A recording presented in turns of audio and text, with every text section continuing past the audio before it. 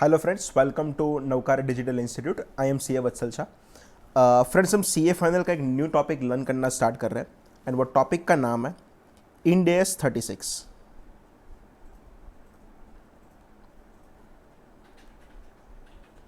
And Ind AS 36 जिसका नाम है इम्पेयरमेंट ऑफ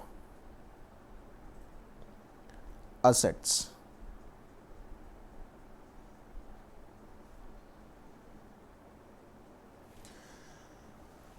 फ्रेंड्स, ये टॉपिक आपने इंटर लेवल पे नहीं किया है। ये इम्पेयरमेंट जैसा वर्ड भी आप फर्स्ट टाइम सुन रहे हो।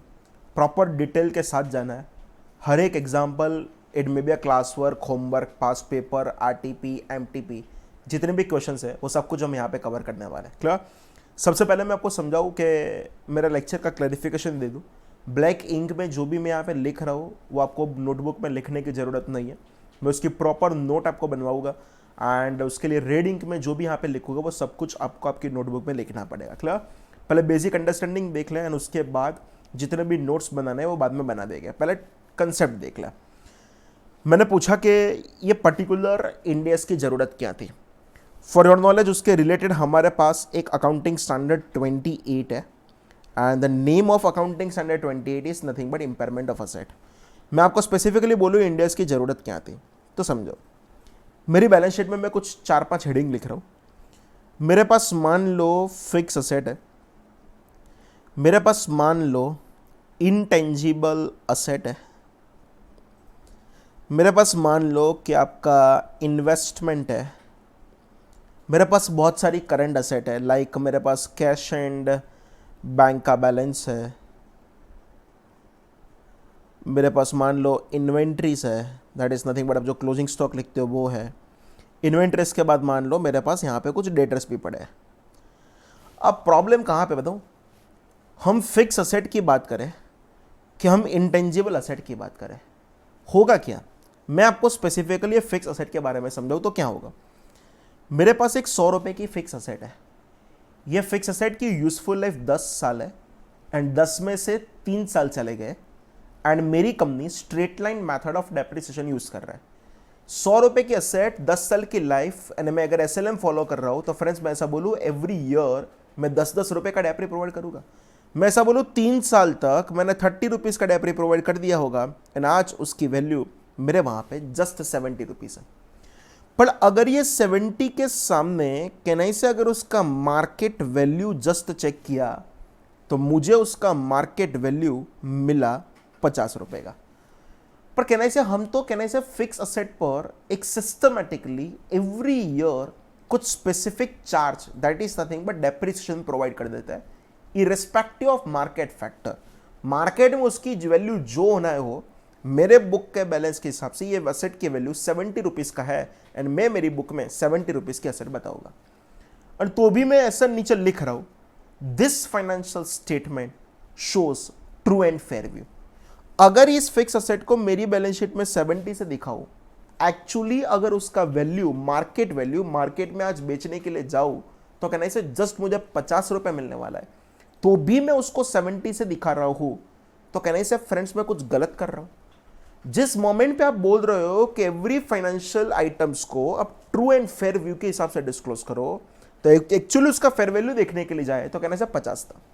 मतलब मुझे आपको वो समझाना है, due to some market conditions अगर असेट की वैल्यू अचानक से गिर जाता था तो उसके लॉस रिकॉर्ड करने के लिए हमारे पास कोई स्पेसिफिक अकाउंटिंग स्टैंडर्ड या कोई स्पेसिफिक इंडियन अकाउंटिंग स्टैंडर्ड नहीं था और इसीलिए हमको इंट्रोड्यूस करना पड़ा accounting standard 28 and Ind AS 36। Intangible asset में भी सेम होता है ना। इंटेंजिबल असेट में हम एवरी ईयर अमोर्टाइजेशन कर देते हैं, पर कहने से एवरी ईयर अमोर्टाइजेशन करने के बाद अगर चेक करो तो उसकी market value compare to my book value अगर बहुत कुछ गिर गया है तो उसका लॉस रिकॉर्ड करने के लिए मेरे पास कोई स्पेसिफिक इंडेस का अकाउंटिंग स्टैंडर्ड नहीं था। पर इस बाकी का हर एक चीज चेक करो। अगर मैं आपको इन्वेस्टमेंट के बारे में बताऊं तो इन्वेस्टमेंट में था, आप इन्वेस्टमेंट में ऐसा कुछ सीखते थे, long term investment is always valued at cost but short term investment is a valued at a cost और NRV whichever is lower. And कहने से लॉन्ग टर्म इन्वेस्टमेंट में भी अगर कुछ परमानेंट डिक्रीज आता था तो उसका लॉस रिकॉर्ड करते थे। मतलब मुझे आपको वो समझाना है कि अगर उसमें मार्केट फैक्टर्स में चेंज होने की वजह से अगर उसकी वैल्यू कुछ चेंज हो रहा है तो आप स्पेसिफिकली उसका लॉस रिकॉर्ड करते थे, बट बाकी की चीज का रिकॉर्ड नहीं होता था। Cash and bank balance obviously वो तो आपका बुक का balance and market value same ही होगा। इन्वेंट्रीज कहने से इन्वेंट्री का तो बेसिक प्रिंसिपल ही वो था ना कि इन्वेंट्री को हम वैल्यूएशन करते थे कॉस्ट और NRV whichever is lower के हिसाब से। तो कहने से वहां पे भी आपका अगर मार्केट वैल्यू कम हो गया तब आराम से लॉस रिकॉर्ड कर पाते थे। डेटर्स में भी कहने से आपको जब भी डाउट लगता था तो अकाउंटिंग स्टैंडर्ड की लैंग्वेज बोलो तो आप कहने से वो डाउट लगे तो अब उसका प्रोविजन फॉर बैड डेट बनाते थे। इंडेस में उसको प्रोविजन फॉर बैड डेट नहीं कहते, इंडेस में उसको बोलते हैं क्रेडिट लॉस अलाउंस बोलते हैं। बस मुझे आपको वो समझाना है। मैंने आपको बैलेंस शीट्स के मेजर हेड बता दिए। हर एक मेजर हेड में अगर मार्केट में कुछ फैक्टर्स चेंज होने की वजह से अगर कोई भी आपकी असेट के वैल्यू कम होता था तो उसको स्पेसिफिकली लॉस रिकॉर्ड करने के लिए आपके पास कोई स्पेसिफिक इंडेक्स था। What about fix asset in intangible asset, उसका कुछ अगर मार्केट में लॉस आए तो वो लॉस रिकॉर्ड करने के लिए मेरे पास कोई स्पेसिफिक इंडेक्स नहीं था और इसीलिए लोग लेके आए that is nothing but impairment of asset. Clear? मैं ऑफिशियली अब इंडेक्स स्टार्ट कर रहा हूं। इंडेक्स 36 बोल रहा है असेट का इंपेयरमेंट लॉस आपको तभी प्रोवाइड करना है जब असेट की कैरिंग अमाउंट उसकी रिकवरेबल अमाउंट से ज्यादा है। रिपीट कर रहा हूं, असेट का इंपेयरमेंट लॉस आपको तभी रिकॉर्ड करना है जब असेट की कैरिंग अमाउंट उसकी रिकवरेबल अमाउंट से ज्यादा है। तो अगर उसको फॉर्मूला में लिखो तो मैं ऐसा बोल सकता हूं, कैसा लिखे? Impairment loss is nothing but carrying amount minus recoverable amount. वही हुआ ना कि मैं असेट का इंपेयरमेंट तभी रिकॉर्ड करूंगा जब मेरा असेट का कैरिंग अमाउंट उसकी रिकवरेबल अमाउंट से ज्यादा है। सेकंड चीज ये चालू करूं तभी मैं बोल दूं इंडेक्स 36 की नॉन एप्लीकेबिलिटी हम डिस्कस करें। तो सबसे पहले मैं आगे जाऊं उसके पहले नॉन एप्लीकेबिलिटी डिस्कस करूं।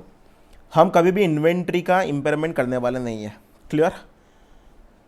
सेकंड, अगर कोई भी कॉन्ट्रैक्ट जनरेट होता है विथ कस्टमर, कॉन्ट्रैक्ट विथ अगर कोई भी कस्टमर जनरेट होता है तो उसका भी हम कभी भी इंपेयरमेंट करने वाले नहीं है। Next, deferred tax asset, no doubt asset है पर तो भी हम उसका कभी भी इंपेयरमेंट नहीं करेंगे। अच्छा, उसके बाद अगर कोई भी प्लान असेट है एंड प्लान असेट मतलब याद करो एम्प्लॉय बेनिफिट्स में कवर होता था तो उसका भी कभी भी आपको इंपेयरमेंट करने की जरूरत नहीं है। अगर कोई भी बायोलॉजिकल असेट है जिसको आप मेजर करते हो at a fair value less cost to sell, उसका भी आप कभी भी इंपेयरमेंट नहीं करोगे। कोई भी इंश्योरेंस कॉन्ट्रैक्ट है तो वो इंश्योरेंस कॉन्ट्रैक्ट का भी आपको इंपेयरमेंट नहीं करना है। कोई भी अगर नॉन करंट असेट है जो आपने as a held for sale classify किया है उसका भी इंपेयरमेंट नहीं करोगे।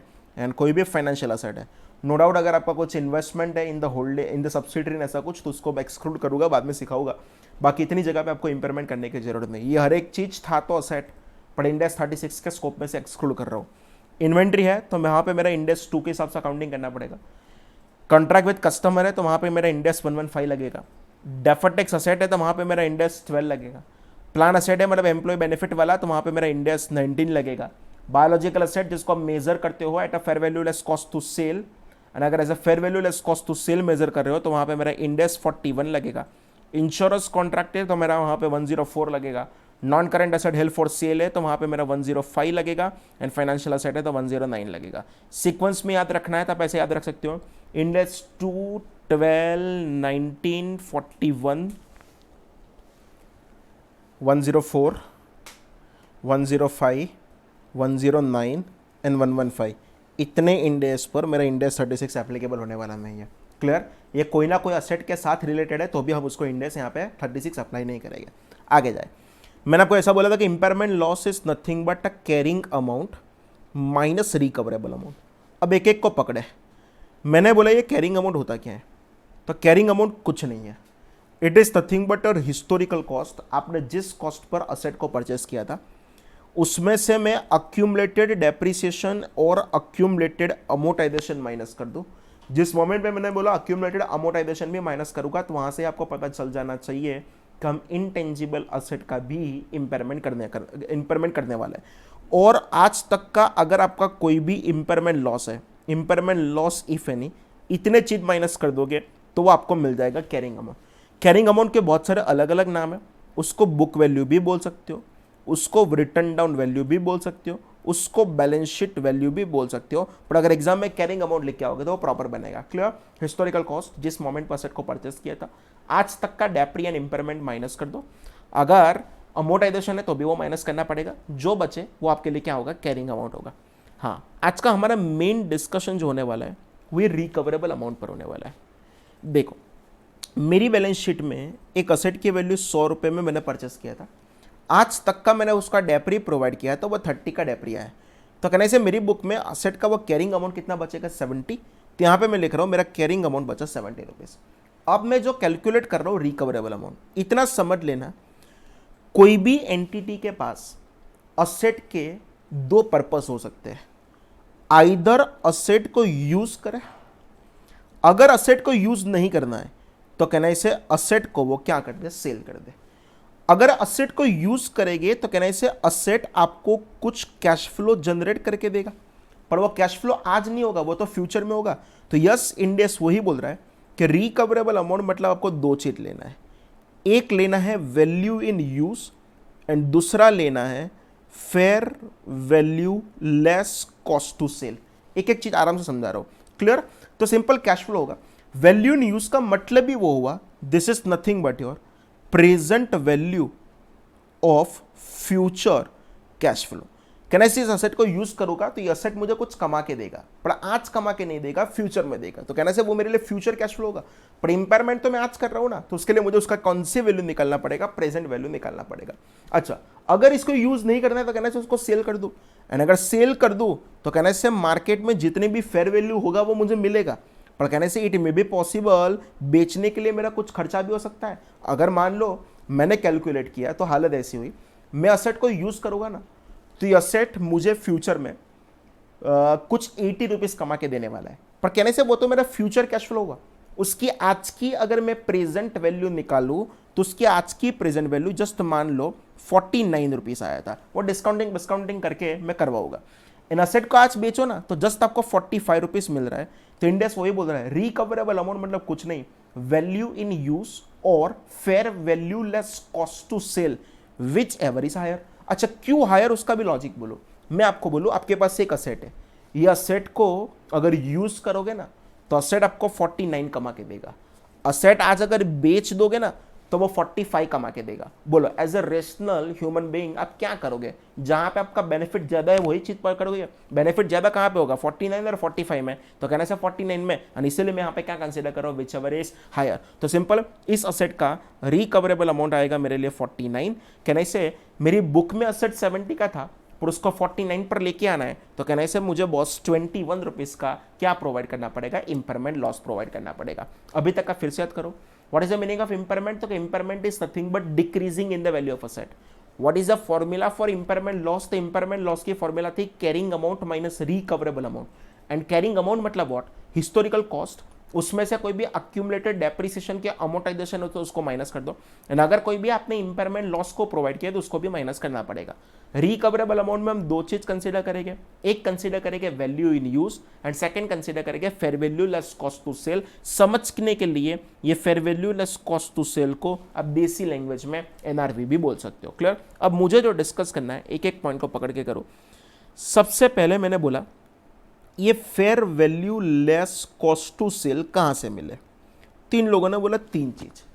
अगर आपका किसी के साथ कुछ बाइंडिंग अग्रीमेंट है तो वो बाइंडिंग अग्रीमेंट को कहने से आप उसकी fair value less cost to sell मान सकते हो, बिकॉज ये कंफर्म है कि इस असेट को आप बेचने वाले हो इस पर्सन को, एंड उस पर्सन ने आपको इतने देने का कमिटमेंट दिया है। अगर बाइंडिंग अग्रीमेंट नहीं है तो कहने से आप करंट एक्टिव मार्केट प्राइस ले लो, इस असेट को अगर आज मार्केट में बेचने के लिए जाओ तो मुझे कितने मिलेंगे, एंड वो भी नहीं है तो थर्ड प्रायोरिटी आपके पास जो भी इंफॉर्मेशन अवेलेबल है उसके हिसाब से कंसिडर करो, एंड इन्फॉर्मेशन अवेलेबल उसके हिसाब से कंसीडर करो। मतलब व्हाट आप क्या क्या चीज कर सकते हो वो समझाओ। आप कहने से कोई एक्सपर्ट का ओपिनियन ले सकते हो, कोई एक्सपर्ट को बोलो कि इसका वैल्यू डिटरमाइन कर ले, वो भी चलेगा। वो भी नहीं करना है तो कहने से आप मैनेजमेंट के एस्टिमेट भी यहाँ पे कंसिडर कर सकते हो। क्लियर? मोस्टली मुझे पता चले this binding agreement is nothing but your first priority. Clear? Current market price is nothing but और सेकंड प्रायोरिटी, एंड आपका जो थर्ड प्रायोरिटी होगा वो कौन सा होगा, तो आपका एक्सपर्ट का ओपिनियन एंड आपका मैनेजमेंट का estimate, that is your third priority. इतना समझ लेना। नॉर्मली क्वेश्चन में आपको fair value and cost to sell दे ही देंगे, आपको कभी भी फाइंड आउट करने की नौबत आने वाली नहीं है, पर तो भी हम प्रैक्टिकल लाइफ के लिए अगर प्रिपेयर करें तो आपको ये तीन चीज को बेस लेना पड़ेगा। क्लियर? अच्छा, अब मैं स्टार्ट कर रहा हूं, दैट इज नथिंग बट आज का हमारा main point value in use. ये कुछ लिखना नहीं है, मैं सब कुछ लिखा होगा। फ्रेंड्स, सबको पता है value in use is nothing but your present value of future cash flow.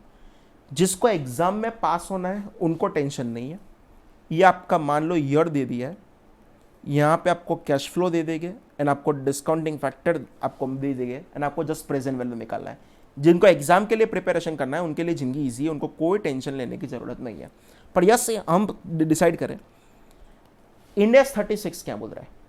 Normally कोई भी असेट का जो कैश फ्लो डिटरमाइन करना है ना, वो आपको 5 साल तक ही लेना है। कितने साल तक लेना है? 5 साल, मैक्सिमम 5 ईयर्स तक ही लोगे। एंड जो 5 ईयर्स तक जो भी आपको लेना है ना, वो कहना है उसमें ग्रोथ रेट आप ले सकते हो मैक्सिमम कितना, तो मैक्सिमम करंट ईयर का बिजनेस ग्रोथ रेट जितना। अगेन मैं बोल रहा हूं, ये एग्जाम के लिए काम का नहीं है, जिन लोगों को प्रैक्टिकल लाइफ के लिए प्रिपेयर करना है उनके लिए ही काम का है। एग्जाम में तो बहुत इजी होता है, आपको कैश फ्लो दे देंगे, डिस्काउंटिंग फैक्टर दे देंगे, जस्ट आपको उसका प्रेजेंट वैल्यू निकालना है। अब मैं सुन लो क्या बोल रहा हूँ। प्रीवियस ईयर का मान लो मेरा कैश फ्लो था 100, करंट ईयर का मेरा कैश फ्लो है 110। मैं ऐसा बोलूँ मेरा 10% का ग्रोथ रेट हुआ। कोई अगर मुझे पूछे कि what is your business growth rate, तो कहना है मैं business growth rate is nothing but 10%। तो आपको बोला है कि आप जो 5 साल तक एस्टिमेट करो ना, उसमें मैक्सिमम 10% ले सकते हो, मैक्सिमम 10%। लास्ट ईयर 110 था, तो अगर मुझे यहां पे 121 लेना है तो चलेगा। 110 का 10% 11 रुपए ऐड करके 121। सेकंड ईयर जब लोगे 121 का 10% कितना ऐड करोगे? 132.1। पर अगर कोई ऐसा बोले मुझे 121 नहीं, मुझे यहाँ पे 110 कंटिन्यू करना है, अलाउड के नॉट अलाउड? अलाउड, कोई टेंशन नहीं है। कोई अगर ऐसा बोले कि मुझे तो यहाँ पे 105 रुपए लेना है, अलाउड के नॉट अलाउड? अलाउड, कोई टेंशन नहीं है। कोई मुझे अगर ऐसा बोले मुझे तो 98 लेना है, अलाउड के नॉट अलाउड? अलाउड, कोई टेंशन नहीं है। कोई अगर मुझे ऐसा बोले मुझे यहाँ पे 135 लेना है, अलाउड के नॉट अलाउड? तो फ्रेंड्स ये नॉट अलाउड, अब नहीं ले सकते 195। क्यों? क्योंकि आपका मैक्सिमम ग्रोथ रेट 10% ही होना चाहिए, 10 से ज़्यादा नहीं। अगर कहने से मैं 10% ऐड करूँ तो 132.1 तक मैं पहुँच गया था।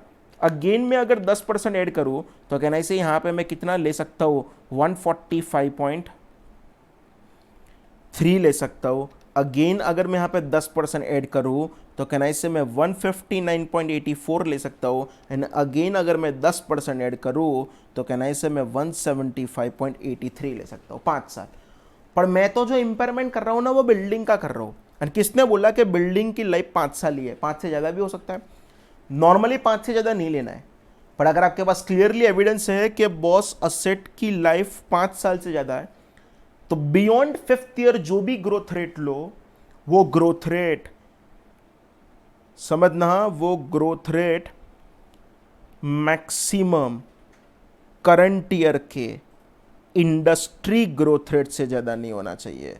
वर्ड भारी था, पहले 5 साल वर्ड लिखा है बिजनेस, एंड 5 से ज़्यादा लेना है तो वो इंडस्ट्री ग्रोथ रेट से ज़्यादा नहीं होना चाहिए।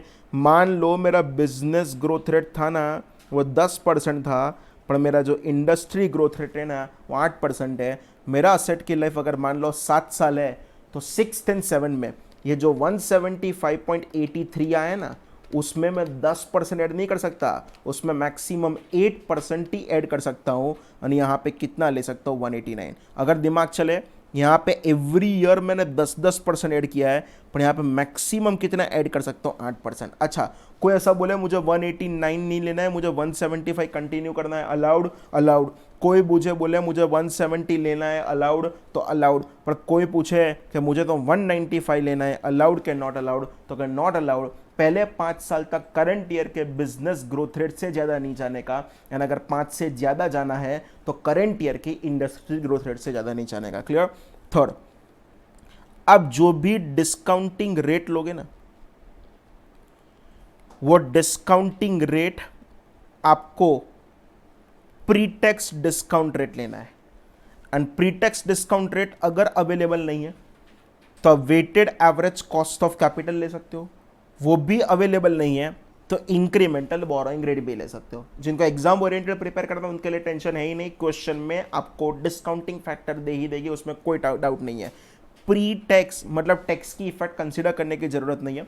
मुझे पूछो तो मैं बोलूँगा CAPM is the best formula, capital asset pricing model. कैसे? तो RF plus beta, RM minus RF is nothing but risk free rate, beta is nothing but risk, RM is nothing but market return, and RM minus RF को कहना सब risk premium भी बोल सकते हो। Check करो पूरी फॉर्मूला में मैंने टैक्स की इफेक्ट को कहीं पे भी कंसिडर किया नहीं है। क्लियर। फोर्थ, किसने बोला कि आपका जो भी कैश फ्लो होगा वो इंडियन करेंसी में होगा? इट मे बी पॉसिबल, मेरा सब कुछ जो ट्रांजेक्शन हो रहा है वो US में हो रहा है, US डॉलर में हो रहा है, तो कहने से फ्रेंड्स मेरा जो भी कैश फ्लो होगा वो कभी भी रुपीस में नहीं होगा, वो तो कहने से डॉलर में होगा। अब मैं जो डिस्काउंटिंग रेट लूँगा ना, वो थोड़ा दिमाग लगा के बोलना, आप इंडिया का डिस्काउंटिंग रेट लोगे कि US का, तो इट्स एन ऑब्वियसली आपको US का डिस्काउंटिंग रेट लेना पड़े। मुझे आपको वो समझाना है, जिस करेंसी में आपका कैश फ्लो है, वो करेंसी जिस पर्टिकुलर कंट्री का है, वो कंट्री का आपको डिस्काउंट रेट लेना पड़े। डॉलर वाले कैश फ्लो को अगर मैं डिस्काउंट करूं US के डिस्काउंट रेट से, तो कहने से मेरा जो आंसर आएगा वो डॉलर में ही आएगा। पर मेरी बुक में जो असेट पड़ा है ना, वो असेट तो कहने से इंडियन रुपीस में पड़ा है, तो कहने से डॉलर वाले को रुपीस में कन्वर्ट करना पड़ेगा। लॉजिक है।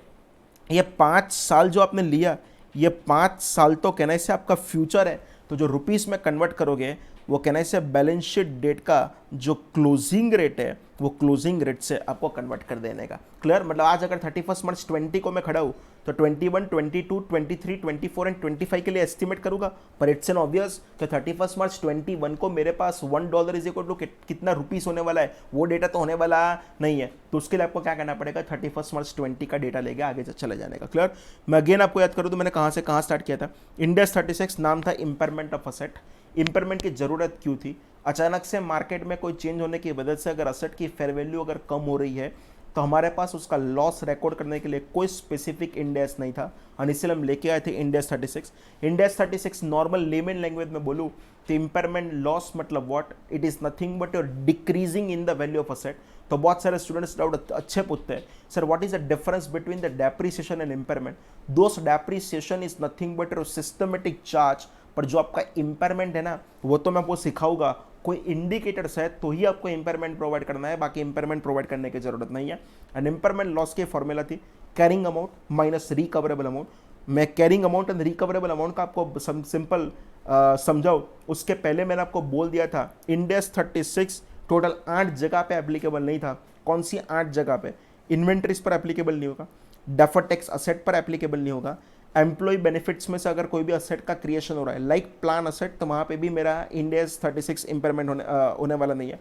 अगर कोई भी बायोलॉजिकल असेट को आप fair value less cost to sell के हिसाब से डिटरमाइन कर रहे हो, इंश्योरेंस कॉन्ट्रैक्ट है, non current asset held for sale है, आपका फाइनेंशियल इंस्ट्रूमेंट है कि अगर कोई भी कॉन्ट्रैक्ट विद कस्टमर है, इन्वेंट्री होगा तो मेरा इंड AS 2 एप्लीकेबल होगा, डेफर्ड टैक्स असेट होगा तो मेरा इंड AS 12 एप्लीकेबल होगा, अगर कोई भी प्लान असेट होगा तो मेरा इंड AS 19 एप्लीकेबल होगा, अगर कोई भी बायोलॉजिकल असेट जिसको आप मेजर करते हो at fair value less cost to sell, तो वहाँ पे मेरा इंड AS 41 एप्लीकेबल होगा, इंश्योरेंस कॉन्ट्रैक्ट 104 एप्लीकेबल होगा, non current asset held for sale वहाँ पे आपका 105 एप्लीकेबल होगा, फाइनेंशियल इंस्ट्रूमेंट है तो वहाँ पे 109 एप्लीकेबल होगा, एंड कॉन्ट्रैक्ट विद अगर कोई भी कस्टमर है तो वहाँ पे 115 होगा। अब सिंपल मैंने आपको समझा था कि impairment loss is nothing but carrying amount minus recoverable amount. What is the meaning of the carrying amount? तो carrying amount is nothing but historical cost minus accumulated depreciation और अमोर्टाइजेशन माइनस अगर आपने impairment loss को पहले provide किया है तो वो रिकवरेबल अमाउंट में हम दो चीज कंसिडर करते थे, एक लेते थे that is nothing but value in use, and second लेते थे that is nothing but fair value less cost to sell. Fair value less cost to sell, fair value मतलब व्हाट, इस असेट को आज मार्केट में जाके बेचोगे तो कितने रुपए मिलेगा। एक चीज में यहाँ पे बोलना आपको भूल गए, फेयर वैल्यू की डेफिनेशन वहां पे दिया है आपको, कहां पे दिया है, इंड AS 113 में दिया है, एंड वहां पे क्या डेफिनेशन समझो, fair value is the price that would be received when asset is sold, that would be paid when liability is transferred or settled, बोल सकते हो, between market participants in an orderly transaction। Clear. Fair value एक price है, जो asset को cell करोगे तो आपको मिलेगा, लाइबिलिटी का सेटल करोगे तो आपको उतना पेमेंट करना पड़ेगा। मतलब सिंपल इंड AS 113 में मैं आपको सिखाऊंगा कि fair value is the following the exit price approach. Clear. किसके बीच में, तो बिटवीन द मार्केट पार्टिसिपेंट्स, मतलब वो मार्केट पार्टिसिपेंट्स की कुछ कैरेक्टरिस्टिक होना चाहिए कि वो रिलेटेड पार्टी नहीं होना चाहिए, वो फोर्स ट्रांजेक्शन नहीं होना चाहिए, वो नॉर्मल ट्रांजेक्शन होना चाहिए, वो सब कुछ आपको वहां पे देखना मिलेगा। क्लियर। फेयर वैल्यू मेन आपको तीन जगह से मिल सकता है, एक बाइंडिंग अग्रीमेंट, एक आपका कौन सा एक्टिव मार्केट सेलिंग प्राइस, वो अगर नहीं है तो आपके पास जो भी बेस्ट इंफॉर्मेशन अवेलेबल है वहां से निकाल सकते हो, एक्सपर्ट का ओपिनियन ले लो, मैनेजमेंट का एस्टिमेट लोगे तो भी चलेगा। यस मैं बोल दूं binding agreement is our first priority, active market price is nothing but second priority, and आपके पास जो इंफॉर्मेशन उसको कंसिडर करते हो that is your third priority. Next हमने स्टार्ट किया था that is nothing but value in use. Simple मेरा रूल याद रखो, पहले 5 साल तक ही आपको एस्टिमेट करना है, एंड अगर 5 साल तक ही एस्टिमेट कर रहे हो तो उसका ग्रोथ रेट करंट ईयर के बिजनेस ग्रोथ रेट से ज़्यादा नहीं होना चाहिए। 5 से ज़्यादा ले रहे हो तो वह करंट ईयर के इंडस्ट्री ग्रोथ रेट से भी ज़्यादा नहीं होना चाहिए। आप जो डिस्काउंटिंग करोगे वो कौन से रेट से करोगे, तो वो ऑब्वियसली आप जो डिस्काउंटिंग करोगे वो प्री टैक्स डिस्काउंट रेट से करोगे, एंड अगर आपका कोई भी कैश फ्लो अगर फॉरेन करेंसी में है तो वो कंट्री का डिस्काउंट रेट लेके आपको डिस्काउंट करने का एंड क्लोजिंग रेट से कन्वर्ट कर देना पड़ेगा। Clear. And friends for your knowledge, जब मैं एंट्री सिखाऊंगा तब बोल ही दूंगा, normally impairment losses charge to PNL। Clear. अब इतना भी जो आधे घंटे से मैं बोल रहा हूं उसको लिखने का काम चालू करें। ओके फ्रेंड्स, टाइटल लगाओ, meaning of impairment.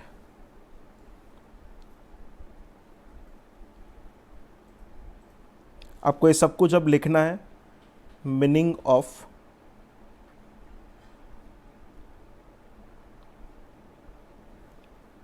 Impairment, and वहां पे लिखो first point, dictionary meaning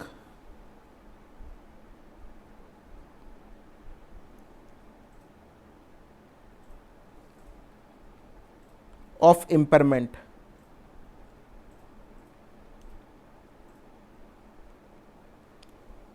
is weakening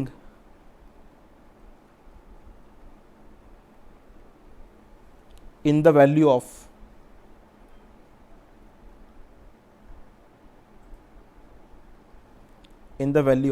asset।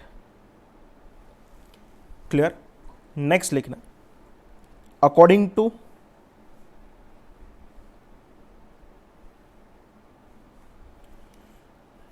Ind AS 36, asset is said to be impaired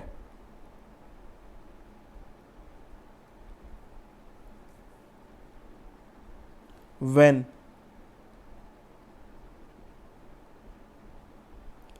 carrying amount of asset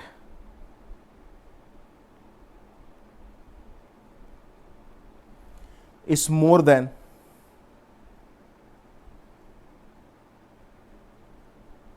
its recoverable amount।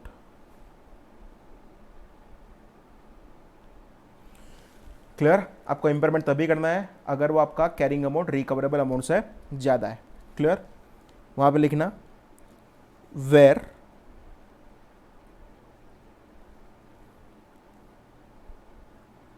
Carrying amount is equal two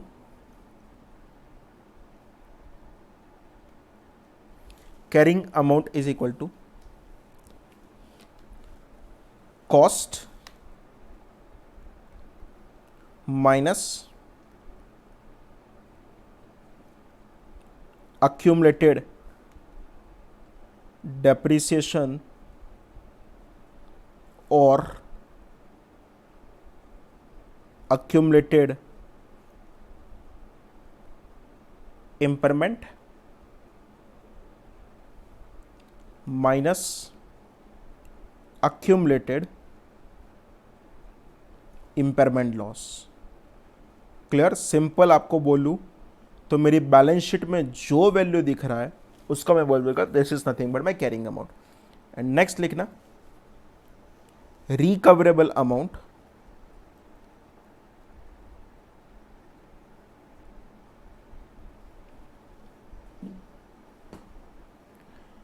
is equal to value in use और fair value less cost to sell, fair value less cost to sell, whichever is higher. Clear? That is nothing but value in use or fair value less cost to sell, whichever is higher. अच्छा, अब title लगाओ. That is nothing but हमने non applicability लिखा था. याद करवा दूं 8 जगह पे आपका इंड AS 36 एप्लीकेबल होने वाला नहीं था. क्लियर? तो टाइटल लगा दो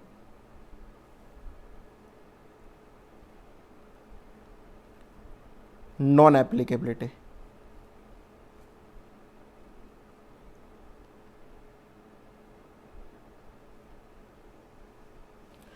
तो सबसे पहले लिखो इन्वेंट्रीज,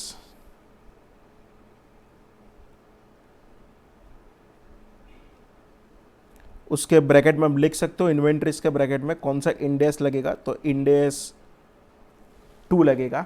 क्लियर? इन्वेंट्री के बाद लिखो deferred tax asset,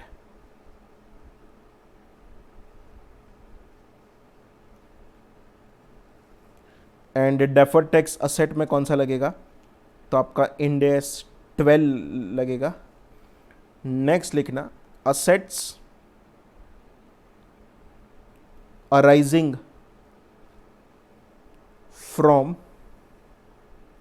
employee benefits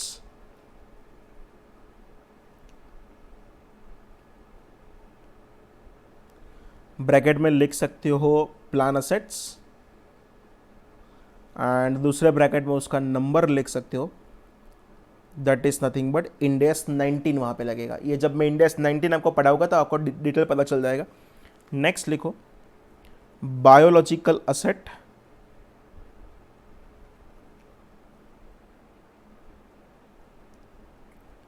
measured at fair value less, just a minute, fair value less cost to sell. तो वहाँ पे ब्रैकेट में आप लिख सकते हो कि वहाँ पे आपका इंड AS 41 लगेगा. नेक्स्ट लिखो इंश्योरेंस कॉन्ट्रैक्ट्स,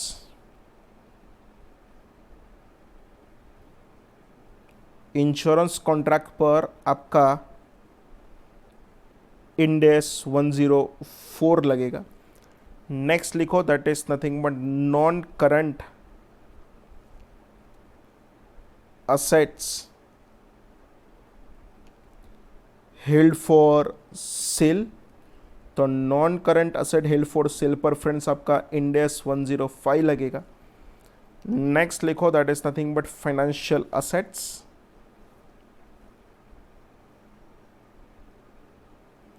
फाइनेंशियल असेट्स पर आपका इंड AS 115 लगेगा.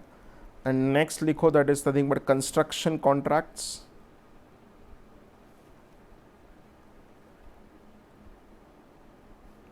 एंड कंस्ट्रक्शन फाइनेंशियल असेट्स पर इंड AS 115 नहीं, फाइनेंशियल असेट्स पर आपका इंड AS 109 लगेगा.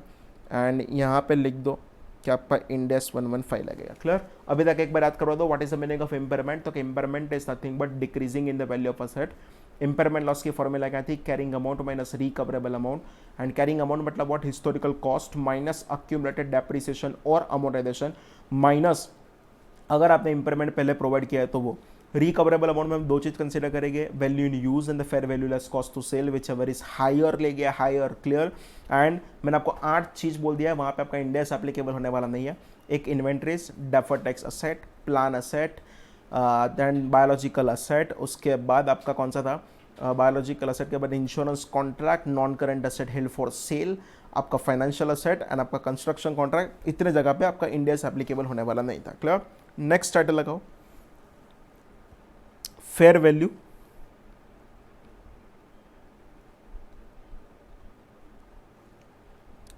Less cost to sell, clear. Fair value less cost to sell, उसमें लिखना इट मीन्स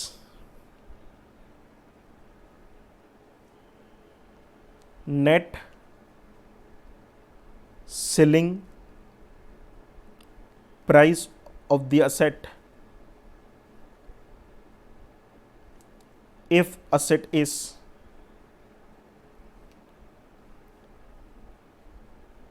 disposed, क्लियर। अगर असेट को आज का आज मैं बेच दूं तो मेरे हाथ में कितने रुपए आने वाला है, वहां पे लिखना फेयर वैल्यू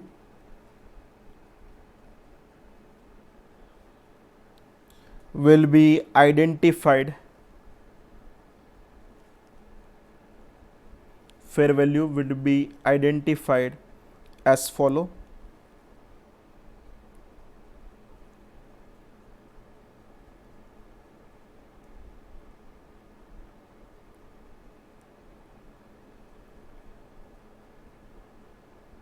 बोलो फर्स्ट मैंने कौन सा बोला था, दैट इज नथिंग बट आपका बाइंडिंग अग्रीमेंट कुछ है तो वो लेने का, बाइंडिंग सेल अग्रीमेंट है तो वो ले लो। अगर आपका बाइंडिंग सेल अग्रीमेंट नहीं है तो कहना है आप क्या लिख सकते हो, एक्टिव मार्केट प्राइस ले सकते हो। एंड अगर आपके पास एक्टिव मार्केट प्राइस भी अवेलेबल नहीं है तो तीसरा that is nothing but expert opinion, या आप मैनेजमेंट का एस्टीमेट भी कंसीडर कर सकते हो, क्लियर। एक्सपर्ट ओपिनियन और मैनेजमेंट एस्टीमेट भी कंसीडर कर सकते हो। अच्छा, बहुत सारे लोगों को एक बहुत मिस्टेक करके आते हैं, वैल्यूएशन फीस है, इनकम टैक्स एक्सपेंस है क्या फाइनेंस एक्सपेंस है, वो कभी भी आपको नेट सेलिंग प्राइस में कंसीडर नहीं करने का। रीज़न, वैल्यूएशन फी जो है ना वो असेट को बेचने का खर्चा नहीं है, वो असेट की प्राइस डिटरमाइन करने का खर्चा है। तो यहाँ पे आप स्पेसिफिकली लिखोगे नोट करके, valuation fees, income tax expense है,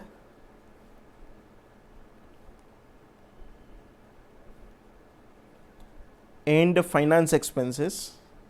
ये मेरे दिमाग में जितने नाम आ रहे थे वो मैंने लिखवा दिया, आर नॉट कंसिडर्ड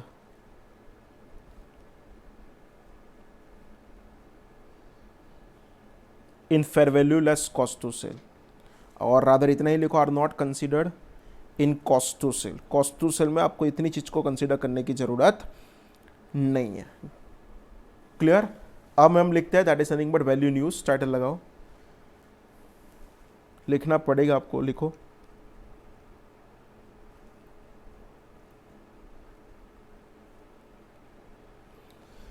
एंड वहां पे लिखो value in use means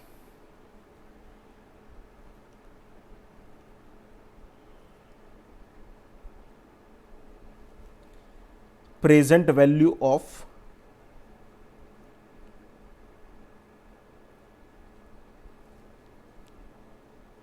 future cash, present value of future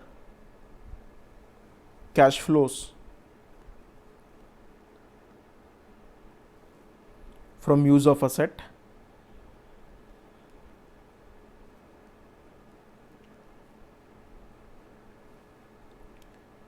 and its disposal value, अच्छा, जब मैंने यहाँ पे इट्स डिस्पोजल वैल्यू लिखा ना, तो बहुत लोग ऐसा बोलते हैं कि सर डिस्पोजल वैल्यू आपने 2 बार कंसीडर किया। फ्रेंड्स, मैं जब fair value less cost to sell में जब डिस्पोजल वैल्यू बोल रहा हूँ ना, वो कौन से डिस्पोजल वैल्यू, अगर इस असेट को आज का आज बेच दूँ तो क्या मिलता। मैंने यहाँ पे जो डिस्पोजल वैल्यू बोला ना, वो कौन सा वैल्यू, अगर इस असेट को 5 साल के बाद बेचूं, या असेट की हालत जब स्क्रैप जैसी हो जाए एंड तब उसको बेच दूं, वो क्या, वो जो वैल्यू मिलता है उसको डिस्पोजल बोल रहा हूँ। Fair value less cost to sell का जो डिस्पोजल था वो आज का आज वाला था। यानी ये कौन सा था, यहाँ पे जो मैंने लिया वैल्यू न्यूज में, वो असेट को यूज करने के बाद जो होगा उसका, असेट को यूज करूंगा ना, उसके बाद जो बेचूंगा उसका डिस्पोजल वैल्यू यहाँ पे कंसीडर करूंगा। क्लियर। अच्छा, यहाँ पे लिखना वैल्यू इन यूज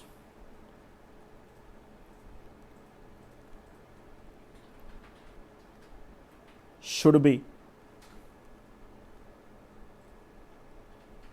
calculated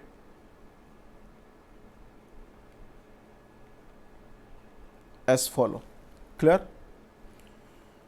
तो वहाँ पे अब लिखो फर्स्ट पॉइंट, ये नहीं लिख सकता मैं, एक काम करूँ पेन चेंज कर दूँ। वहाँ पे लिखो cash flow should be consider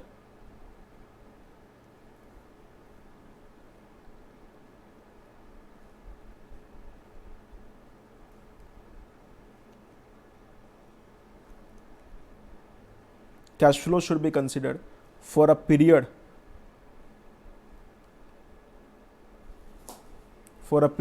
up to 5 years unless higher period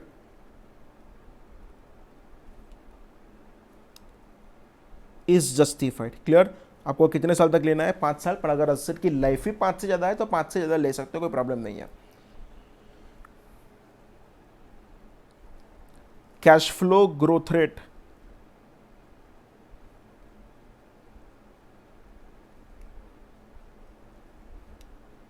up to 5 years should not exceed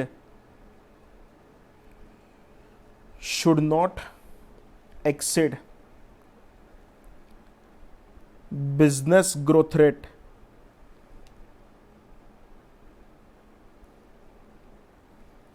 at present।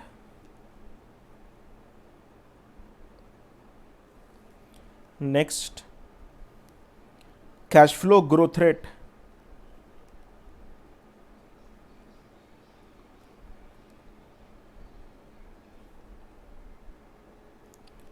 beyond 5 years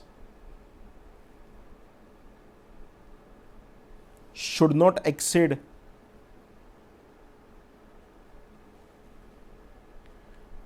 industry growth rate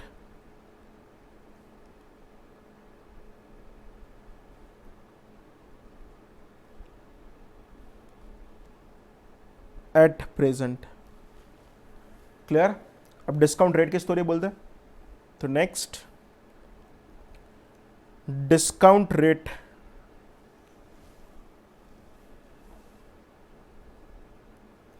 should be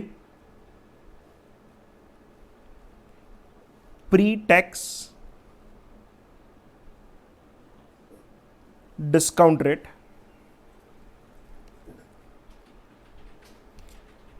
as per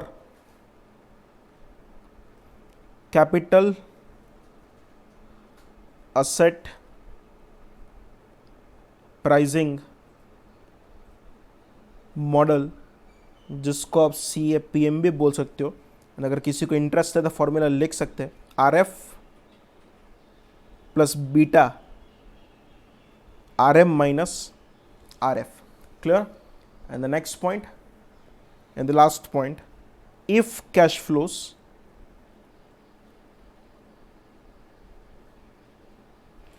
are in foreign currency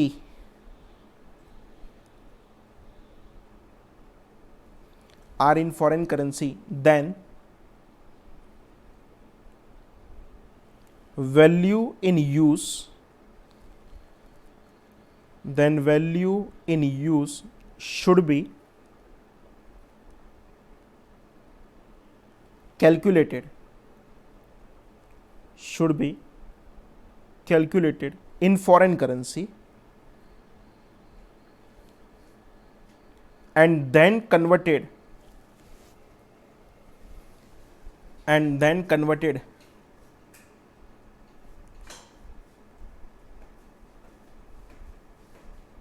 in INR using closing exchange rate.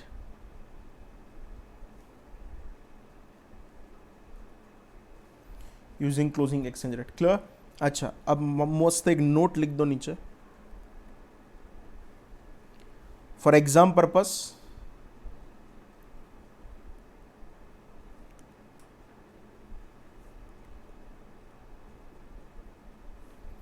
Consider all cash flows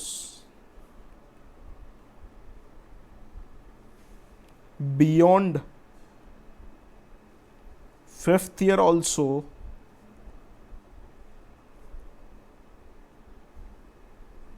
irrespective of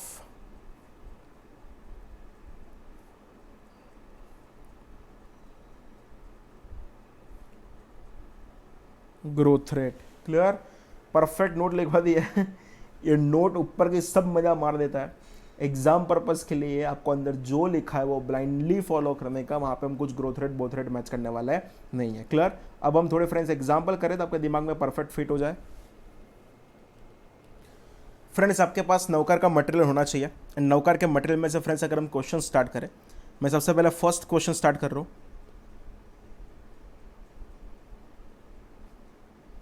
clear. मैं question को read कर रहा हूँ. NDA limited has acquired a machine for ₹32 lakh on 13 November 2006. The machine has a 5 years life with ₹5 lakh salvage value and was depreciated using a straight line method.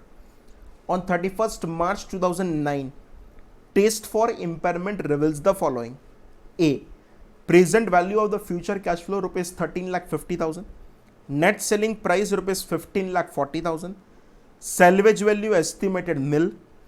Assuming the loss for impairment is recognized for the year ended 31st March 2009, what should be the depreciation expense for the year ended 31st March 2010? Friends एक एक date को focus करो. आपने 32 lakh rupees में जो asset को purchase किया है ना, वो असेट परचेस किया है 30 नवंबर 2006 को. आप जो भी असेट का इंपेयरमेंट कर रहे हो ना, वो असेट का इंपेयरमेंट 31st मार्च 2009 को कर रहे हो. असेट के इंपेयरमेंट के लिए फ्रेंड्स आपको दो चीज निकालना पड़ेगा. एक निकालना पड़ेगा that is nothing but asset का कैरिंग अमाउंट, एंड दूसरा निकालना पड़ेगा that is nothing but asset का रिकवरेबल अमाउंट. मैं आराम से इस क्वेश्चन को आपको सॉल्व करो तो परफेक्ट पता चलेगा. देखो हम सॉल्व कर रहे हैं that is nothing but question number 1. Clear. अच्छा, मैं अगर आपको बोलूँ, जब मैं बोलूँ उसका आंसर देते रहना. असेट को आपने परचेस कब किया, what is my purchase date. तो कहने से हमने जो असेट को परचेस किया है वो 30 नवंबर 2006 को किया. मैं अगर आपको पूछूं कि what is the useful life of the asset, तो कहने से असेट का जो यूजफुल लाइफ है वो 5 साल का है. एंड अगर मैं आपको पूछूं कि what is my impairment date, मतलब मैं इस असेट को इम्पेयरमेंट कब कर रहा हूँ, तो मैं इस असेट को इम्पेयरमेंट कर रहा हूँ 31st मार्च 2009 को. क्लियर. अच्छा, अगर 31st मार्च 2009 को मैं इंपेयरमेंट करूं तो 31st मार्च 2009 को मुझे कैरिंग अमाउंट चाहिए. एंड कैरिंग अमाउंट के लिए सबसे पहले मुझे कैलकुलेट करना पड़ेगा अक्यूमुलेटेड डेप्रिसिएशन. तो मैं यहां पे लिख रहा हूं accumulated depreciation as on 31st March 2009. Friends आप एसएलएम फॉलो करोगे डब्ल्यूडीपी, तो कहने से आप एसएलएम कर रहे हो तो कैसे होगा वो समझो. 32 लाख रुपीस का असेट था. क्वेश्चन में आपको स्क्रैप वैल्यू बोल दिया है. कितने रुपए का बोला है, 5 लाख रुपए का स्क्रैप वैल्यू बोला है. डेट थोड़ा ऑकवर्ड है. ये 5 साल को अगर मैं मंथ्स में कन्वर्ट करूं तो मैं ऐसा बोल दूं इसको मैं 60 मंथ्स कंसिडर कर सकता हूं. कहने से मैं total useful life is nothing but 60 months and उसमें से कितने साल चले गए, तो अगर उसका कैलकुलेशन करना है तो आराम से कर सकते हो। कैसे? 6-7 के 30 नवंबर था ना, तो 6-7 के कहने से फ्रेंड्स आपके साथ 4 महीने चले गए। अगर आप चेक करो 7-8 के, तो 7-8 के कहने से आपके पास 12 महीने चले गए। एंड अगर आप चेक करो दैट इज नथिंग बट 8-9 के, तो 8-9 के भी कितने मंथ्स चले गए, आपके टोटल 12 महीने चले गए। 12+12+4 अगर करोगे तो कहने से आपके 60 मंथ्स में से 28 मंथ्स तो आपके चले गए। क्लियर? तो अगर हम कैलसी में चेक करें, कैलसी उठाओ फ्रेंड्स, 32 लाख माइनस 5 लाख मतलब कहने से 27 lakh, 27 lakh divided by 60 months into अगर आप करोगे that is nothing but 28 months. तो कहना से अगर आप 28 मंथ्स के हिसाब से कैलकुलेशन करो तो आपका आंसर वहां पे कितना आना चाहिए, तो आपका आंसर वहां पे आना चाहिए दैट इज नथिंग बट 12,60,000। तो कहने से मैं यहाँ पे लिख दूं, मेरा यहाँ पे अक्यूमुलेटेड एप्रिसिएशन होने वाला है 12,60,000। तो मैं यहाँ पे लिख रहा हूँ, पर मुझे तो अक्यूमुलेटेड एप्री का काम नहीं है, मुझे किसका काम है, तो कैरिंग अमाउंट का। तो अगर मैं यहाँ पे लिखूं that is nothing but carrying amount as on 31 March 2009, carrying amount के लिए आपको क्या करना पड़ेगा, तो कॉस्ट में से कैन आई से फ्रेंड्स आपको अक्यूमुलेटेड डेप्रिसिएशन को माइनस करना पड़े। तो अगर आप चेक करो व्हाट इज योर कॉस्ट, तो कैन आई से your cost is nothing but 32 lakh and 32 lakh rupees में से अगर आप अक्यूमुलेटेड डेप्रिसिएशन को माइनस करो तो अक्यूमुलेटेड डेप्रिसिएशन का आंसर कितना आया था 12,60,000। अगर आप कैलसियम में चेक करो तो 32 लाख माइनस 12,60,000 कैलसी यूज कर सकते हो, मेरे पास भी यहाँ पे पड़ा है। तो कहना है आपके पास अक्यूमुलेटेड डेप्रिसिएशन कितना आएगा 19,40,000 का आपके लिए कैरिंग अमाउंट आ जाएगा। क्लियर? मेरा फर्स्ट चीज रेडी है, दैट इज नथिंग बट मुझे एक कैरिंग अमाउंट मिल गया। अब मुझे जो कैलकुलेट करना है वो सेकंड कैलकुलेट करना पड़ेगा, that is nothing but recoverable amount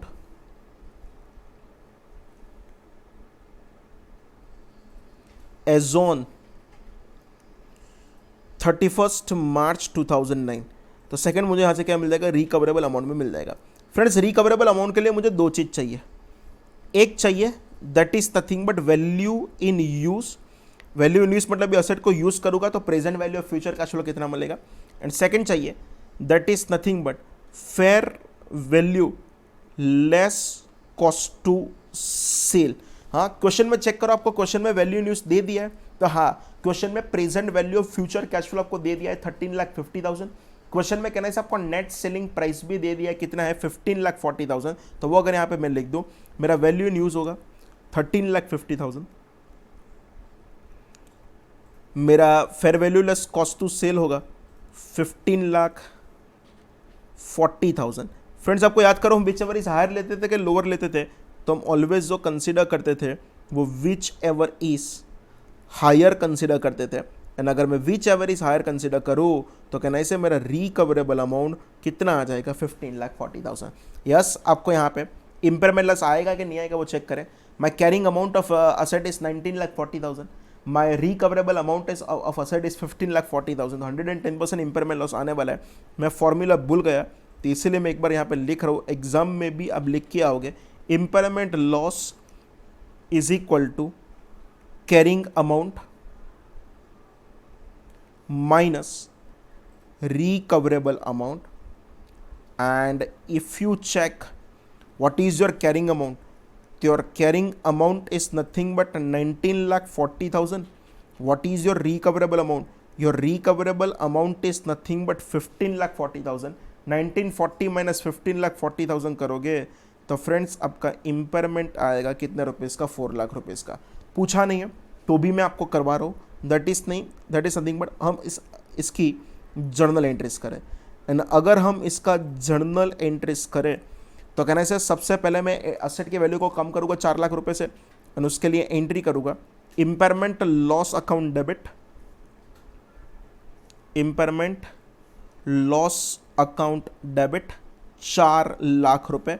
asset का वैल्यू कम होगा टू असेट अकाउंट कितने रुपए, 4 लाख रुपए। क्लियर? एंड दूसरा एंट्री आपको करना पड़ेगा दैट इज नथिंग बट ये इम्पेयरमेंट लॉस आप ट्रांसफर कर दोगे पीएनएल अकाउंट डेबिट 4 लाख रुपए टू आपका impairment loss account, and finally आपका इम्पेयरमेंट लॉस का अकाउंट क्लोज हो गया।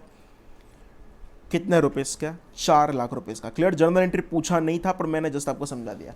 क्लियर? अगर कोई पूछे what is your carrying amount after impairment, is obviously आपका रिकवरेबल अमाउंट जितना होगा 1940 माइनस 4 लाख, तो कहने से आपके पास कैरिंग अमाउंट कितना बचने वाला है? 15,40,000।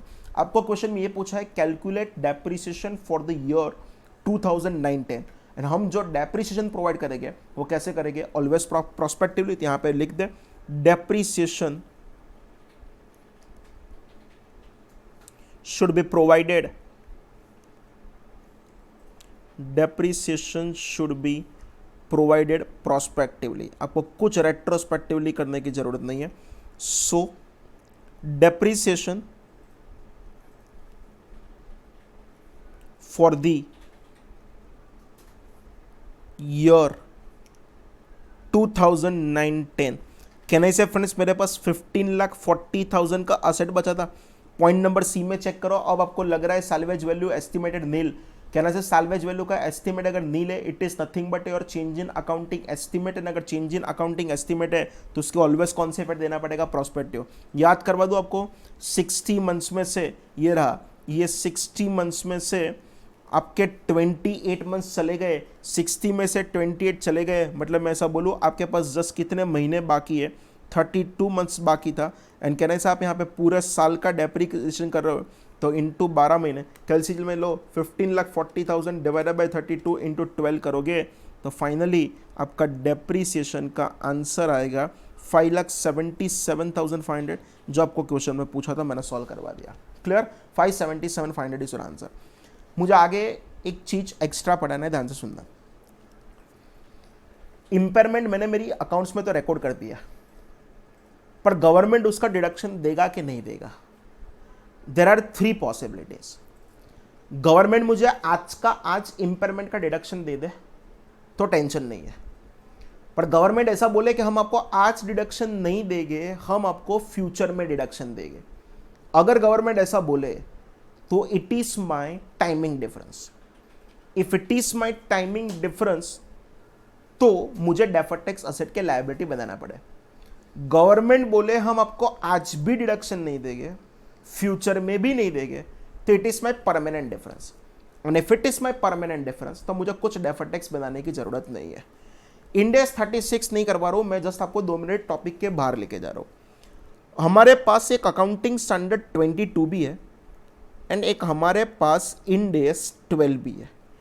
Accounting standard 22 is following the P&L approach, but Index 12 is following the balance sheet approach। Clear?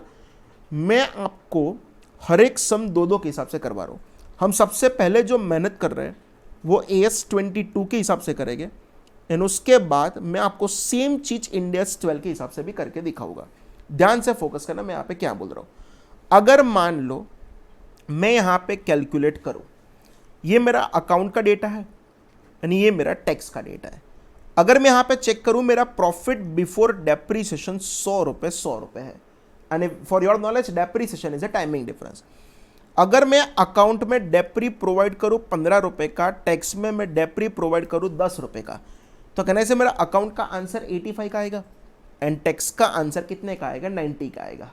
अपने दिल को पूछो, आप जो गवर्नमेंट को पेमेंट करोगे वो 85 की इनकम पर टैक्स का पेमेंट करोगे कि 90 की इनकम पर? तो कहने से 90 की इनकम पर अकाउंट बोल रहा था कि आपको 90 पर टैक्स ही नहीं भरना था, आपको जो टैक्स का पेमेंट करना था वो किस पर करना था? 85 पर। कहने से फ्रेंड्स मैंने पेमेंट ज्यादा किया कि कम किया? ज्यादा किया, तो उतनी अमाउंट मुझे गवर्नमेंट के पास से रिकवर करना है, एंड अगर गवर्नमेंट के पास से रिकवर करना है तो कहने से मेरे लिए यहाँ पे क्या बनेगा? डेफर्ड टैक्स असेट बनेगा। क्लियर? अच्छा, सेकंड क्वेश्चन में आपको समझो, ये मेरा अकाउंट का डेटा है, ये मेरा टैक्स का डेटा है।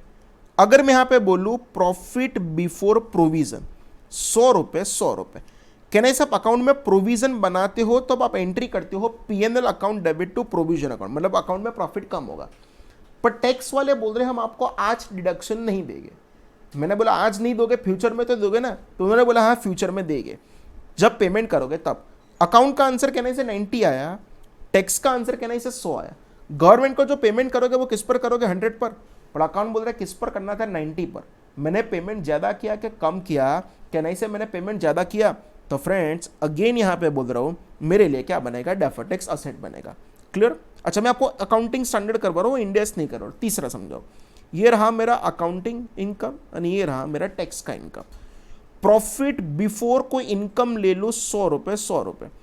मेरी बुक में एक इनकम अक्रू हुआ है पर अभी तक मुझे मिला नहीं है, तो मैं एंट्री कर दूंगा income receivable account debit to income account, मतलब मेरा 10 रुपए से प्रॉफिट बढ़ेगा। गवर्नमेंट ने बोला आपसे आज को टैक्स कुछ देने की जरूरत नहीं है, जब आपको वो रुपए मिले तब टैक्स देके जाना, मतलब कहना चाहिए it is my timing difference. तो अकाउंट का आंसर आया 110, टैक्स का आंसर आया 100। गवर्नमेंट को पेमेंट करोगे 100 पर अकाउंट बोल रहा है आपको 100 पर पेमेंट नहीं करना है, आपको पेमेंट किस पर करना है, 110 पर। कहने से मैंने पेमेंट ज्यादा किया कि कम किया, तो कम किया, एंड अगर पेमेंट कम किया तो कहने से वहां पे मेरा डेफर्ड टैक्स लायबिलिटी बनेगा। एक चौथा एंड लास्ट एग्जांपल मैं आपको समझा दूं, मैं क्या समझा रहा हूं, ध्यान से सुनना। ये रहा अकाउंट एंड ये रहा tax. Profit before preliminary expense में ले रहा हूं 100 रुपए, 100 रुपए। As per accounting standard 26 intangible asset, कोई भी प्रिलिमिनरी एक्सपेंस का खर्चा करो, जिस साल में खर्चा कर रहे हो उसी साल में पीएनएल में डेबिट कर देने का। मतलब कहने से मैंने प्रिलिमिनरी एक्सपेंस 20 रुपए आज डेबिट कर दिया, पर government section 35D of income tax act बोल रहा है कि आपको पूरा डिडक्शन आज नहीं मिलेगा, आपको आज की तारीख में जस्ट 1/5 डिडक्शन मिलेगा। 20 का 1/5 मतलब कहना से ये लोग बोल रहे हैं मुझे 4 का ही डिडक्शन मिलेगा। अगर मैं चेक करूं, मेरा अकाउंट का आंसर है 80, टैक्स का आंसर है 96। गवर्नमेंट को पेमेंट किस पर करोगे, 96 पर। अकाउंट बोल रहे हैं 96 पर नहीं करना था, आपको पेमेंट कहना से 80 पर करना था, एंड कहना से मैंने पेमेंट ज्यादा कर दिया, एंड अगर पेमेंट ज्यादा कर दिया तो ये मेरे लिए क्या बनेगा, डेफर्ड टैक्स असेट बनेगा। अभी तक मैंने जो भी समझाया वो अकाउंटिंग स्टैंडर्ड 22 समझाया, अब मैं इंड एस 12 समझा रहा हूँ। इंड एस 12 क्या बोल रहे हैं वो सुन लेना। हाँ, ये आपका अकाउंट है, ये आपका टैक्स है, वो बैलेंस शीट अप्रोच फॉलो कर रहा है। ये असेट है, ये लायबिलिटी है। अकाउंट में असेट ज्यादा है तो डीटीएल बनाने का, अकाउंट में लायबिलिटी ज्यादा है तो डीटीए बनाने का। बस अभी इतना याद रखो, बाकी मैं इंडेक्स 12 में डिटेल में करवाऊंगा। अच्छा दूसरी 2 बार भी लिख दूं, ये रहा असेट और ये रहा लायबिलिटी। अकाउंट, अच्छा टैक्स में अगर असेट ज्यादा है तो डीटीए बनाओगे, टैक्स में अगर लायबिलिटी ज्यादा है तो डीटीएल बनाओगे। मुझे पूछो तो मैं ये 2 चीज को याद ही ना रखूं, मैं तो जस्ट पहली 2 चीज याद रखूं तो ऑटोमेटिकली 2 चीज तो सेट हो ही जाएगा। कैसे, अकाउंट में एसेट ज्यादा तो डीटीएल, अकाउंट में लायबिलिटी ज्यादा तो डीटीए। अभी मैंने इंडेक्स 12 खत्म नहीं किया है, आज हमारा 4th लेक्चर है, तो भी ये सब कुछ बोलने की हिम्मत कर रहा हूं। क्यों, अब समझाओ हुआ क्या। अब ये रहा, हम फर्स्ट एग्जांपल को सॉल्व कर रहे हैं। क्लियर, ये रहा मेरा अकाउंट का डेटा और ये रहा मेरा टैक्स का डेटा। कहने से मान लो आपके पास 200 रुपए का मशीन था, 200 रुपए के मशीन पर कहने से आपने 15 रुपए का डेप्री प्रोवाइड किया, ये रहा ना 15 रुपए। क्लियर, 200 में से अगर 15 गए तो कहने से मैं ऐसा बोलूं अकाउंट में मेरे पास असेट का बैलेंस हुआ 185। अच्छा, पर मैंने कहने से टैक्स में तो 200 में से जस्ट 10 का ही डेप्री प्रोवाइड किया है, तो टैक्स में इसका वैल्यू कितना होगा, 190। भाई machine is an asset, account में मशीन की वैल्यू 185 है पर टैक्स में मशीन का वैल्यू 190 है।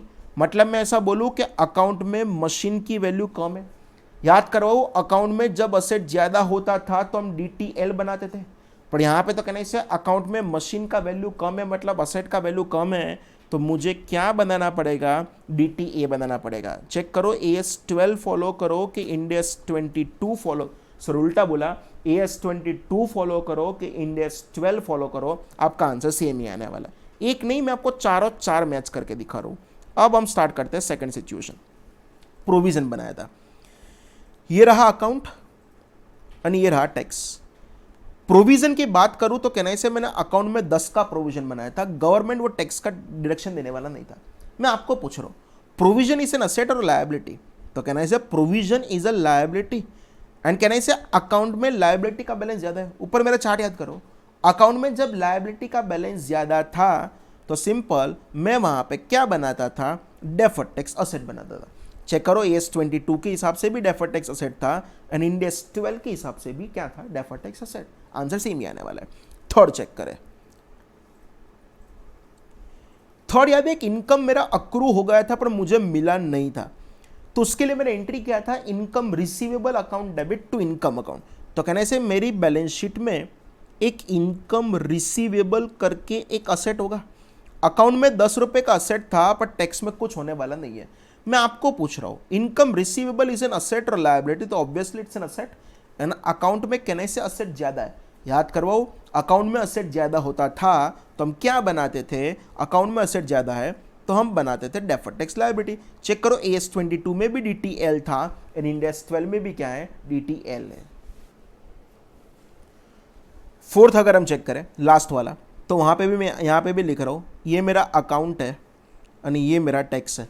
याद करो मैंने प्रिलिमिनरी एक्सपेंस था 20 रुपए का प्रिलिमिनरी एक्सपेंस था, मैंने क्या किया था, तो अकाउंट में तो पूरा माइनस कर दिया था। मतलब यहां पे लिख रहा हूं अनअमोर्टाइज्ड प्रिलिमिनरी एक्सपेंस, अकाउंट में कुछ नहीं था। पर टैक्स वालों ने जस्ट कितने का डिडक्शन दिया था, टैक्स वालों ने जस्ट आपको 4 का डिडक्शन दिया था। मेरे टैक्स में कहने से अभी भी बाकी है, कितने का बाकी है, 16। तो अगर चेक करो अनअमोर्टाइज प्रिलिमिनरी एक्सपेंस कहने से अकाउंट में 0, टैक्स में 16। कहने से unamortise preliminary expense is an asset and account में असेट का बैलेंस कम था। अकाउंट में असेट का बैलेंस जब ज्यादा होता था तो हम DTL बनाते हैं, कम है तो हमको क्या बनाना पड़ेगा, DTA। अगेन चेक कर लो, आंसर सेम है। मुझे आपको वही समझाना था, AS22 फॉलो करो कि इंड AS 12 फॉलो करो, आपका आंसर सेम ही आने वाला है। अब मैं मेरे ओरिजिनल टॉपिक पे आऊं। इंपेयरमेंट लॉस मैंने अकाउंट में तो रिकॉर्ड किया, गवर्नमेंट उसका डिडक्शन देने वाला नहीं है, तो भी वो टाइमिंग डिफरेंस है। सर कैसे, लाइक समझाओ।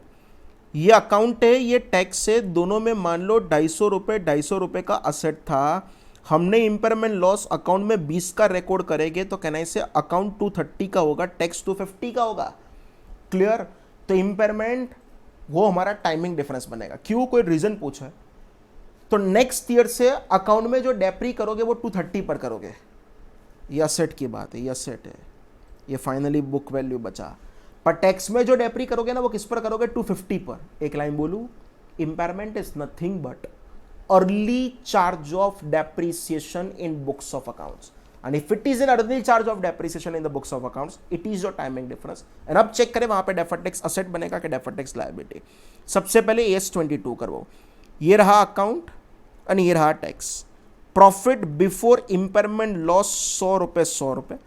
इंपेयरमेंट लॉस अकाउंट में 20 का होगा, टैक्स में कुछ नहीं होगा। अकाउंट का आंसर 80, टैक्स का आंसर 100। गवर्नमेंट को पेमेंट किस पर करोगे, 100 पर। अकाउंट बोल रहा है 100 पर नहीं करना था, आपको जो पेमेंट करना था वो 80 पर ही करना था। कहना से मैंने पेमेंट ज्यादा किया, कम किया, ज्यादा किया, तो कहना से वहां पे डेफर्ड टैक्स असेट बचेगा। पर हम तो CA फाइनल में, AS22 नहीं चलेगा, हमको तो जो करना पड़ेगा वो इंड AS 12 करना पड़ेगा। ये रहा अकाउंट और ये रहा टैक्स। अकाउंट में कहने से असेट का वैल्यू 230 था पर टैक्स में कहने से वैल्यू था 250। अकाउंट में असेट की वैल्यू कम है। जब अकाउंट में असेट का वैल्यू ज्यादा होता था तो हम DTL बनाते थे, अकाउंट में असेट का वैल्यू कम है, अगेन बोल रहा हूं हम क्या बनाएंगे, तो कि DTA बनाएंगे। आंसर में कोई चेंज होने वाला नहीं है। क्लियर। तो इसकी थियरी लिख दे, बस इंपेयरमेंट याद रखना, वो टाइमिंग डिफरेंस है, वहां पे आपको डेफर्ड टैक्स बनाना पड़ेगा। वहां पे लिखना डेफर्ड टैक्स असेट, ऐसा टाइटल लगा दो, डेफर्ड टैक्स असेट। क्लियर। वहां पे लिखना, अरे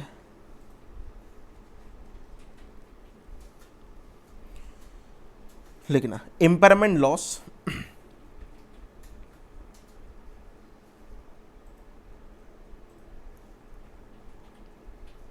is practically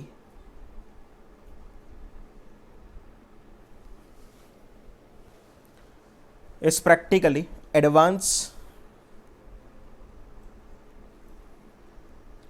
depreciation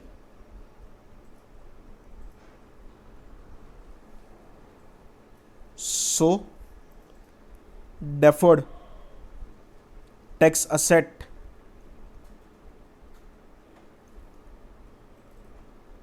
should be created on impairment loss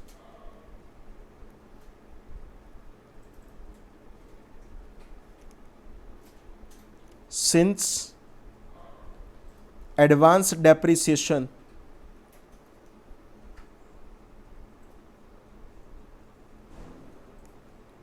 is not allowed as per income tax. Clear. Next लिखना, impairment loss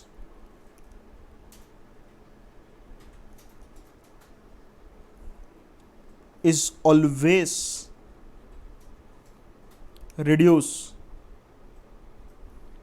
future depreciation since book value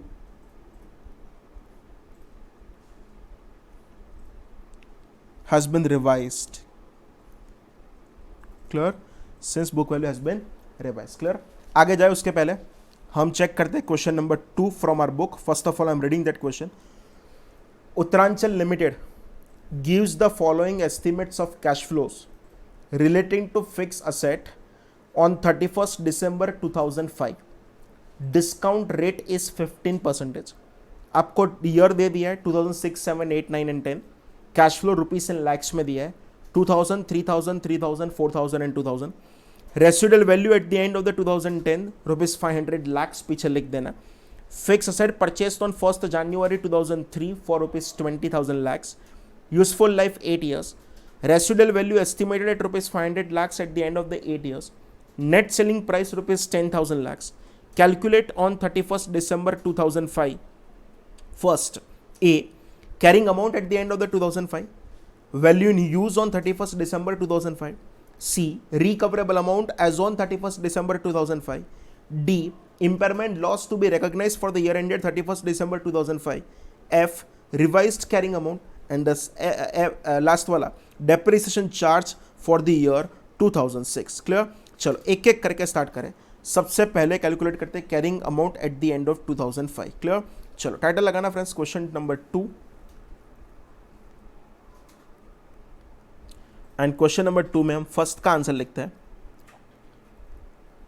calculation of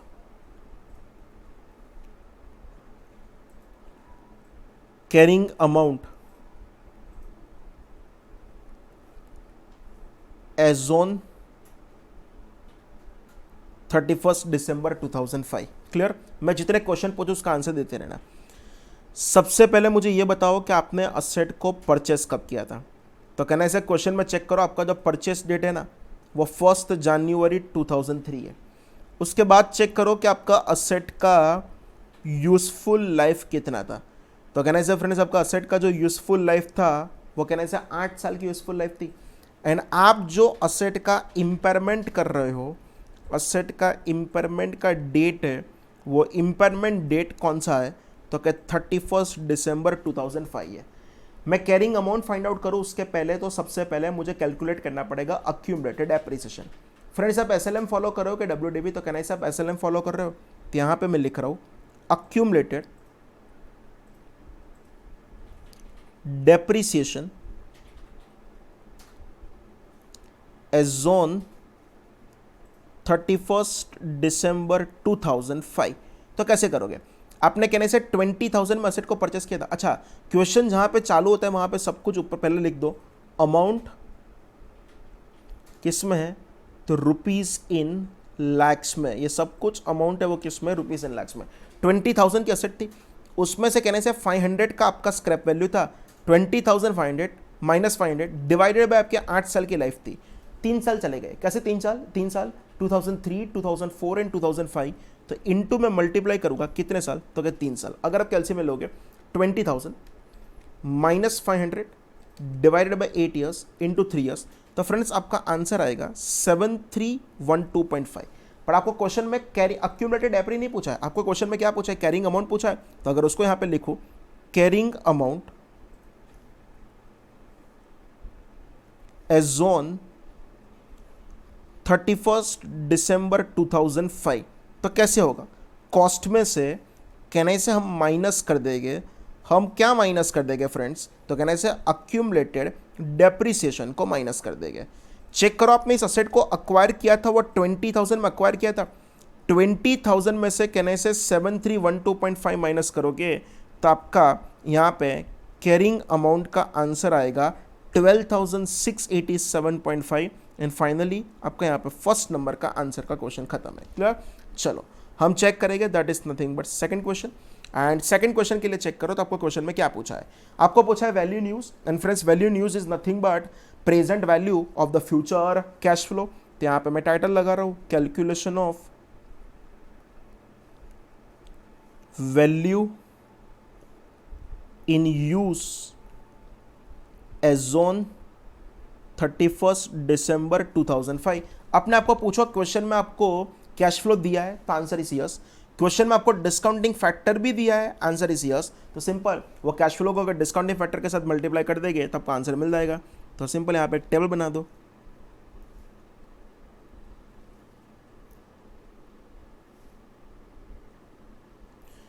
and title लगाओ year cash flow discounting factor. Sir आप तो कुछ बड़ी बड़ी बातें कर रहे थे कि आपको वहाँ पे ग्रोथ रेट ना बस सब कुछ चेक करना है। मैंने एक नोट लिखवाई थी एग्जाम पर्पस के लिए, हम कुछ growth rate both rate check करने वाले नहीं है। 2006 टू 2010 मेरे ईयर है, तो यहाँ पे मैं लिख रहा हूँ 2006, 2007, 2008, 2009 and finally that is nothing but 2010। आपको क्वेश्चन में कैश फ्लो दे दिया, चेक कर दो 23342। तो यहाँ पे मैं लिख रहा हूँ 2000, 3000, 3000, 4000 and the last year is the most important. 2000 नहीं लोगे, 2500 लोगे। अगेन मैं चेक कर लूँ 23342। क्लियर? तो लास्ट ईयर में कितना लोगे? 2500 लोगे। एंड अगर आप 2500 लोगे, ये 2500 कैसे आया, तो आपका 2000 प्लस 500 आपका 2500 आने वाला है। डन?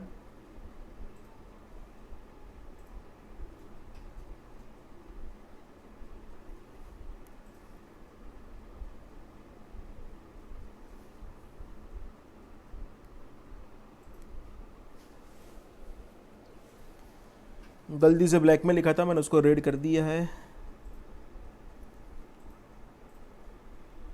क्लियर? अच्छा चेक करो, क्वेश्चन में आपको डिस्काउंटिंग फैक्टर दिया है, तो हाँ क्वेश्चन में आपको डिस्काउंटिंग फैक्टर्स आपको दे दिया है।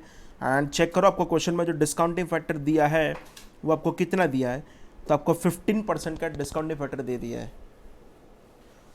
अगर फ्रेंड्स आप डिस्काउंटिंग फैक्टर लिखोगे 15% के हिसाब से, तो फर्स्ट ईयर में आपका आंसर होगा that is nothing but 0.8696। Second year में आपका आंसर होगा 0.7561। नेक्स्ट आपका आंसर होगा 0.6575। नेक्स्ट आपका आंसर होगा 0.5718। नेक्स्ट आपका आंसर होगा 0.4972 एंड नेक्स्ट आपका आंसर होगा 0.4323। क्लियर? फ्रेंड्स मल्टीप्लाई करोगे कि डिवाइड करोगे, तो इट्स ऑब्वियस आप जो करोगे वो मल्टीप्लाई करोगे। एंड अगर मल्टीप्लाई करोगे तो कैलसी लो 2000 इंटू 0.8696, तो आपका आंसर आएगा वहाँ पे 1739.2। नेक्स्ट 3000 इंटू 0.7561, तो आपका वहाँ पे आंसर आएगा 2268.3। 3000 इंटू 0.6575, तो आपका आंसर आएगा 1972.5। 4000 इंटू 0.5718, तो आपका आंसर आएगा वहाँ पे 2287.2। नेक्स्ट तब करोगे 2500 इंटू 0.4972, तो आपका आंसर आएगा 1243। ये लास्ट ईयर का हमने जो लिखा है उसका कुछ काम नहीं था। अगर टोटल करोगे तो फ्रेंड्स आपका answer just a minute 2000 into 0.8696 तो अगर फ्रेंड्स इसका टोटल करोगे तो फाइनली आपका आंसर आ जाएगा, that is nothing but 9510.2। Clear? तो सिंपल मेरा सेकंड क्वेश्चन का आंसर डन है 9510.2। नेक्स्ट अगर क्वेश्चन चेक करोगे तो सी नंबर का क्वेश्चन में आपको पूछा है, that is nothing but recoverable amount, तो वो भी हम कैलकुलेट कर दे। तो क्वेश्चन नंबर सी टाइटल लगा दो, कैलकुलेशन ऑफ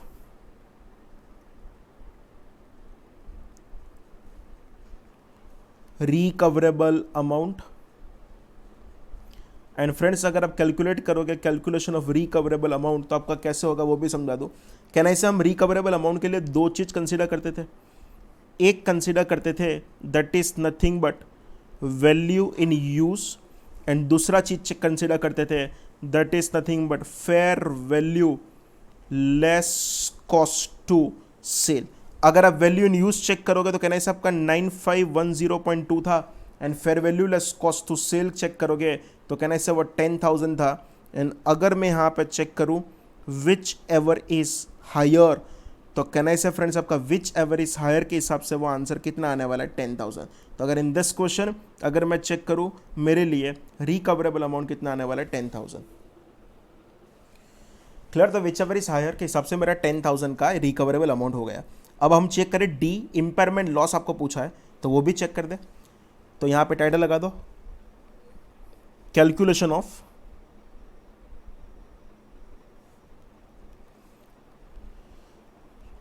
इंपेयरमेंट लॉस।